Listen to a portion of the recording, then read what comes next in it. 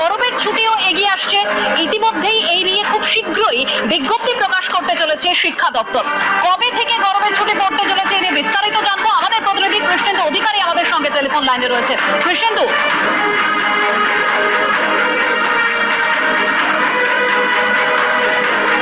আপনাদেরকে আরো একবার জানিয়ে রাখতে চাইবো, 22শে এপ্রিল থেকেই ছুটি পড়ছে সরকারি সাহায্যপ্রাপ্ত স্কুলগুলিতে, এরকমই সূত্র মারফত খবর পাওয়া যাচ্ছে।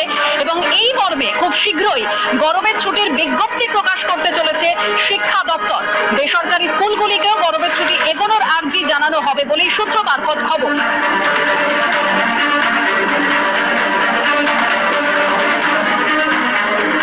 আরো বিস্তারিত জানবো, আমাদের প্রতিনিধি কৃষ্ণেন্দু অধিকারী আমাদের সঙ্গে টেলিফোন লাইনে রয়েছে। কৃষ্ণেন্দু, শিক্ষা দপ্তর সূত্রে আর কি খবর পাচ্ছ?